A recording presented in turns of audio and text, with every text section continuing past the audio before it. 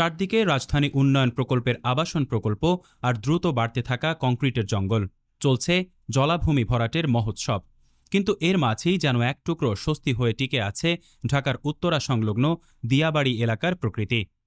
অবাক করা বিষয় হল, এই খণ্ডিত জলাভূমি এবং ঝোপঝাড়ের মাঝেই ৭৯ প্রজাতির পাখি, ৮ প্রজাতির স্তন্যপায়ী এবং ১৩ প্রজাতির সরীসৃপ ও উভচর প্রাণী টিকে আছে।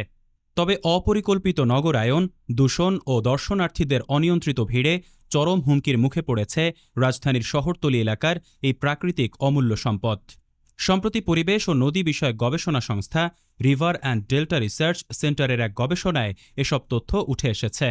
Biodiversity in Diabari, peri urban nature in Dhaka শীর্ষক ওই প্রতিবেদনে দিয়াবাড়ির বর্তমান পরিবেশ ব্যবস্থা এবং এর উপর চলমান হুমকির চিত্র তুলে ধরা হয়েছে।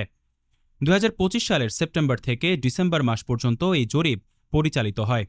গবেষণা প্রতিবেদনে বলা হয়েছে, দিয়াবাড়ি এলাকায় এখনও বৈচিত্র্যময় বন্যপ্রাণীর দেখা মেলে। জরিপে মোট ৭৯ প্রজাতির পাখি শনাক্ত করা হয়েছে।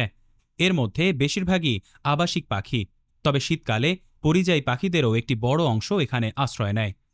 উল্লেখযোগ্য পাখির মধ্যে রয়েছে বিশ্বব্যাপী প্রায় হুমকিতে থাকা বড় টিয়া পাখির পাশাপাশি এখানে ৮ প্রজাতির স্তন্যপায়ী প্রাণীর অস্তিত্ব পাওয়া গেছে। এর মধ্যে উল্লেখযোগ্য হল পাতি শিয়াল, বেজি, রেসাস বানর এবং বড় বাদুড় বা ফ্লাইং ফক্স।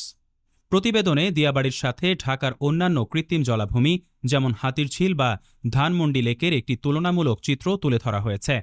কংক্রিটে বাঁধানো কৃত্রিম লেকের চেয়ে দিয়াবাড়ির প্রাকৃতিক ও মৌসুমি জলাভূমি, ঘাসবন এবং খালের তীর অনেক বেশি জীববৈচিত্র্য ধারণ করতে সক্ষম। শুধু বন্যপ্রাণীর আবাসস্থলই নয়, দিয়াবাড়ি ঢাকার উত্তরাংশের জন্য একটি গুরুত্বপূর্ণ ন্যাচারাল ফ্লাড বাফার বা প্রাকৃতিক বন্যা প্রতিরোধক হিসেবে কাজ করে। বর্ষাকালে অতিরিক্ত বৃষ্টির পানি ধরে রেখে এটি আশপাশের এলাকায় জলাবদ্ধতা কমায় এবং শহরের তাপমাত্রা নিয়ন্ত্রণে সাহায্য করে।